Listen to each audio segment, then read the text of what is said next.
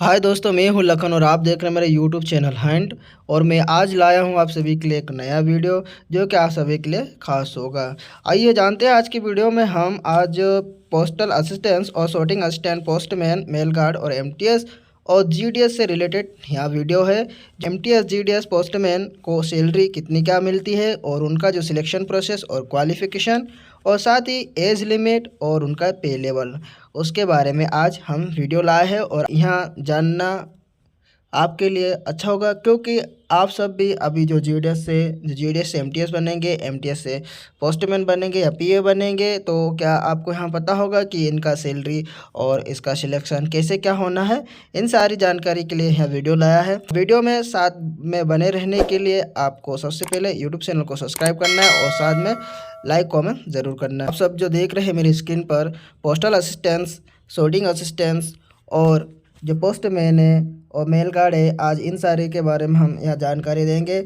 हम जानेंगे कि पोस्टल असिस्टेंस को सैलरी कितनी क्या मिलती है, sorting असिस्टेंस को सैलरी कितनी क्या मिलती है और पोस्टमैन को सैलरी कितनी मिलती है।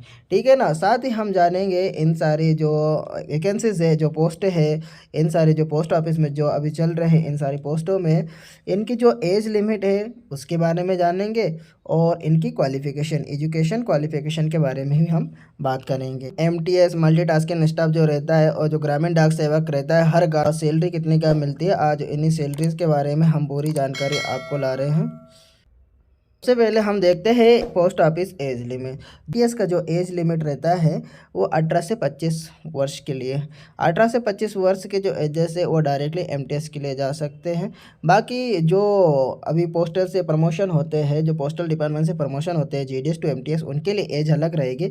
बाकी ये जो डायरेक्टली आते हैं, मान लो किसी एसएससी के द्वारा, किसी एजेंसी के द्वारा एग्ज़ाम दे के जो फाइट करके आते हैं, तो जो एमटीएस का एज रहता है वो 18 से 25 वर्ष तक है। पोस्टल असिस्टेंट से जो पीए है, बाबू है, और जो मेलेश्वर है, इन सभी की जो मेल गार्ड से वगैरह, इनकी जो एजेस होना और जो सिलेक्शन प्रोसेस है, तो इनकी जो एज लिमिट है, जो अन्य की है, उनकी एज लिमिट रहेगी 18 से 27 वर्ष। पोस्ट डिपार्टमेंट में वो आना चाहते हैं तो उनकी एज होना चाहिए 18 से 27 वर्ष की। एसएससी के थ्रू जो एग्ज़ाम फाइट करके आते हैं, जो उनके लिए यहाँ एज है। बाकी जो पोस्टल डिपार्टमेंट में जो पोस्टेड कर्मचारी है, उनका जो प्रमोशन होता है, प्रमोशन एज जो लेवल है वो अलग ही रहेगा, क्योंकि भाई यहाँ उनका जो प्रमोशन है वर्क पीरियड के अनुसार ही होता है। जानते हैं इनकी सैलरी कितनी क्या मिलेगी, इनकी सैलरी और इनको कितनी का सैलरी मिलती है, पे लेवल कितना का रहेगा। तो पहले हम बात करते हैं पोस्टल असिस्टेंट्स के बारे में। जो पीए होते हैं, जो बाबू होते हैं, आज उनके सैलरी स्लिप के बारे में बात करेंगे, उनको कितनी क्या सैलरी मिलती है। और जो पोस्टल असिस्टेंट्स है, उनके जो सैलरी लेवल है वो लेवल 4 है ना। पे लेवल 4 है, जो कि 25,000 से 81,100 तक है। साथ में इनको मिल जाती है डीए और एचआर मिल जाती है। साथ ही जो अदर अलाउंस है जो इन पर लागू होती है वो भी मिल जाती है। जो फर्स्ट सैलरी रहती है 40 से 45,000 के लगभग की आ जाती है। ठीक है, तो ये होता है कि पोस्टल असिस्टेंस की जो सैलरी। असिस्टेंस ऐसे ही बोला जाता है। sorting असिस्टेंट जिनकी सैलरी जो कि पीए के अनुसार ही रहता है, इनका भी लेवल 4 ही रहता है। सैलरी लेवल इनका भी 4 रहता है, जो कि एक पीए को जितना सैलरी मिलती है उसी तरह एक sorting असिस्टेंस को भी मिलता है। डीए है जो पूरा एचआर वगैरह, जो अदर अलाउंस इनको भी लागू जो होता है, सभी अलाउंस इनको भी लागू होता है। आगे बढ़ने से पहले आप सभी से मेरा एक ही गुंजाइश है भाई कि यदि आप मेरे यूट्यूब चैनल देख रहे हो तो आप मेरे यूट्यूब चैनल के जो नीचे सब्सक्राइब का बटन दिख रहा है उसको सबसे पहले सब्सक्राइब करें, साथ ही बेल आइकन को जरूर दबाएं ताकि नोटिफिकेशन सबसे पहले आपके पास आए। बात करते हैं पोस्टमैन की सैलरी। जी हाँ, पोस्टमैन को आप सभी जानते हैं, जो सिटी लेवल में रहते हैं उन सभी तो जानते हो, क्योंकि पोस्टमैन जो कि एक नगरीय क्षेत्र और एक सिटी लेवल में डाक का कार्य करता है। तो इनका पे लेवल रहेगा सबसे अबोव लेवल 3 रहेगा। ठीक है, CPC 7 के अनुसार इनका जो पे लेवल है वो 3 है। ठीक है, और इनका जो फर्स्ट है वो 21,700 से लेकर 69,100 रुपये तक फर्स्ट पेमेंट रहेगा। 21,000 में इनका जो डीए जुड़ जाता है ना। ठीक है, डीए प्लस एचआर वगैरह जुड़ जाती है। इस तरह इनका पेमेंट चले जाता है 35 से 40 हज़ार के लगभग। पोस्टल डिपार्टमेंट में जॉब करना चाहते हो और आप आना चाहते हैं तो आप, क्योंकि आजकल जो पोस्ट ऑफिस में जॉब कर रहे हैं उन सभी के लिए तो खास ही है भाई। बाकी जो व्यक्ति एसएससी के थ्रू पोस्ट ऑफिस में आना चाहते हैं तो उनको यहाँ जानना ज़रूर है कि भाई पोस्ट ऑफिस में कौन से पोस्ट के लिए कौन से कितनी क्या सैलरी रहेगी। तो आप यहाँ वीडियो देखकर जान सकते हैं। करते हैं मेल गार्ड की। मेल गार्ड की सैलरी रहेगी आपका लेवल 3 जो कि 21,700 से लेकर 69,100 तक। ठीक है, मेल गार्ड और पोस्टमैन का सैलरी लगभग एक जैसा है। इनका वर्क भी सब अलग अलग रहता है। पोस्टमैन का वर्क अलग है और इनका वर्क भी अलग है। और वर्क प्रोफाइल के लिए मैं नेक्स्ट वीडियो में लाऊंगा जो कि आप सभी को बताऊंगा। इन जो भी पीए है, ऐसे है और पोस्टमैन हुआ है, इन सभी का वर्क प्रोफाइल, इन क्या कार्य करते हैं, इन सभी के बारे में आपको मैं नेक्स्ट वीडियो में बताऊंगा। अगर नेक्स्ट वीडियो देखना चाहते हैं तो आप मेरे यूट्यूब चैनल को सब्सक्राइब जरूर करें। जो मेल गार्ड है ये वगैरह इन सभी को भी भाई डीए अलग से मिलती है और साथ में जो अलाउंस है एचआरए वगैरह जो अदर अलाउंस है ये सब भी इनको मिलती है। इनको भी 35 से 40 हज़ार तक की सैलरी फर्स्ट पेमेंट में मिलती है। आइए बात करते हैं एमटीएस की, मल्टीटास्किंग स्टैम्प एमटीएस। ठीक है, तो एमटीएस का जो पोस्ट ऑफिस में एमटीएस को कितने का सैलरी मिलती है और उनका जो पे लेवल है वो एक का है जो कि आपको बता रहा हूँ। ठीक है, तो इसका पे लेवल रहेगा 18,000 से लेकर 56,900 तक। ठीक, इसको भी डीए मिल रहा है। एमटीएस को अगर यदि मान लो आज डीए उसकी जुड़ जाती है, डीए इसका जो कि अभी बढ़ चुका है 53% जो सेंट्रल गवर्नमेंट के लिए है, तो एमटीएस का इन हैंड सैलरी लगभग 25,000 से लेकर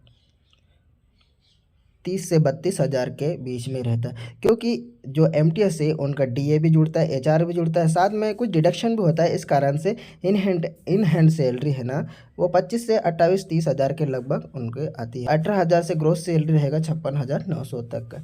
हम बात करते हैं उनकी जो है जीडीएस ग्रामीण डाक सेवक, जो ग्रामीण क्षेत्रों में जो डाक बैठते हैं, जो डाक का कार्यरत रहते हैं और जो पोस्ट ऑफिस रहते हैं वहाँ जो वर्क करते हैं, जो पोस्टल के जो कर्मचारी है उनका जो पेमेंट कितना क्या मिलता है, आइए उनके बारे में बात करते हैं। रहे बीपीएम का मतलब है ब्रांच पोस्ट मास्टर। ठीक है, ब्रांच पोस्ट मास्टर का है, इनका जो पेमेंट है टीआरसी बोला जाता है। टाइम अलाउंस रहता है इनका, मतलब 4 आवर्स की ड्यूटी रहती है, तो इनका रहता है 12,000 से 29,380 तक। प्लस इसमें जो डीए अलग से जुड़ती है, डीए वगैरह जुड़ती है, दूसरा अलाउंस कुछ नहीं मिलता है, बस डीए और साइकिल अलाउंस वगैरह मिलते और ऑफिस अलाउंस वगैरह मिलते रहते, बाकी उतना ज़्यादा कुछ खास नहीं है।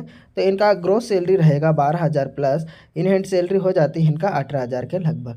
ठीक है ना, तो डीए जुड़कर 12 प्लस डीए जुड़ जाती है इधर, तो 18,000 का इन हैंड सैलरी रहेगा। एबीपीएम जो कि असिस्टेंट ब्रांच पोस्ट मास्टर है, साथ ही ग्रामीण डाक सेवक जो कि दोनों का पे लेवल एक जैसा है। टीआरसी लेवल 1 है जो कि 10,000 से लेकर 24,470 रहेगा। साथ ही यदि इनकी हैंड सैलरी की बात करें तो इनका जो डीए प्लस होके जाती है 10 + 5 15, तो 15,000 इन हैंड सैलरी हो जाती है। आज की वीडियो में जो कि आपको जीडीएस टू एमटीएस के बारे में और इन सभी के जो पेमेंट कितने का मिलता है पोस्टल डिपार्टमेंट में, इन सारी जानकारी के बारे में आज मैंने वीडियो में आप सभी को बताया। साथ ही हम बात करते हैं अब इन सभी जो अभी आपको बताया है जो पोस्ट के बारे में, इन सभी की एजुकेशन क्वालिफिकेशन के बारे में हम जानते हैं। ठीक है ना, तो पोस्टल असिस्टेंट्स और के लिए जो एजुकेशन क्वालिफिकेशन चाहिए, ग्रेजुएशन चाहिए जो कि किसी भी कॉलेज से हो। ठीक है, और किसी भी सब्जेक्ट में। ठीक है, साथ में और कंप्यूटर नॉलेज होना ज़रूरी है, बस कंप्यूटर सर्टिफिकेट होना भी ज़रूरी है, क्योंकि कंप्यूटर सर्टिफिकेट भी कभी कभार मांग सकते हैं आपसे। ठीक है, हम बात करते हैं पोस्टमैन और मेल गार्ड के लिए। पोस्टमैन और मेल गार्ड के लिए 12th पास होना चाहिए एक बोर्ड से, है ना, कोई से भी आपको बोर्ड है, जो भी आप मराठी बोर्ड है, मध्य प्रदेश बोर्ड है, कोई सी पंजाब बोर्ड है, जो भी आपका एजुकेशन बोर्ड लगता है आपको वहाँ से 12th पास करना पड़ेगा। ठीक है, और 12th वाले के लिए है पोस्टमैन और मेल गार्ड जो कि एसएससी सीएचएसएल के माध्यम से डायरेक्टली आते हैं।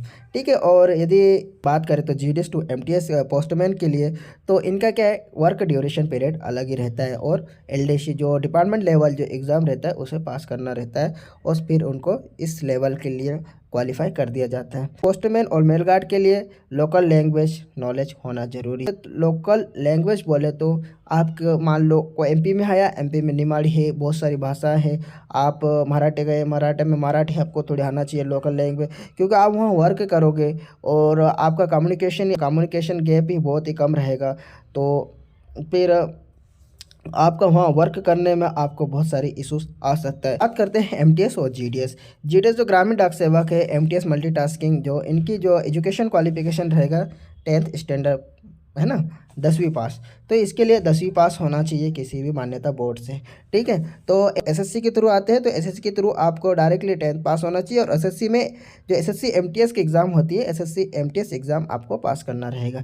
ठीक है, इसके थ्रू आप पोस्टल डिपार्टमेंट में आ सकते हैं एमटीएस में। ठीक है, ये था हमारा आज का वीडियो जो आप सभी के लिए अच्छा रहा होगा। साथ ही आप जान चुके होंगे कि एमटीएस, पोस्टमैन और जो बाबू है उन सभी की सैलरी कितनी क्या मिलती है। और साथ ही यदि आप पोस्टल बाबू या पोस्टल असिस्टेंस या sorting असिस्टेंस और पोस्टमैन बनना चाहते हैं पोस्ट ऑफिस में, तो आपको क्या क्या एजुकेशन होना चाहिए, आपकी एजुकेशन क्वालिफिकेशन क्या होना चाहिए, इन सारी जानकारी मैंने आपको उपलब्ध करा दी। साथ ही यदि आपको मेरा वीडियो अच्छा लगा हो तो मेरे यूट्यूब चैनल को आप सब्सक्राइब करें और लाइक करें, कमेंट ज़रूर करना। Thank you.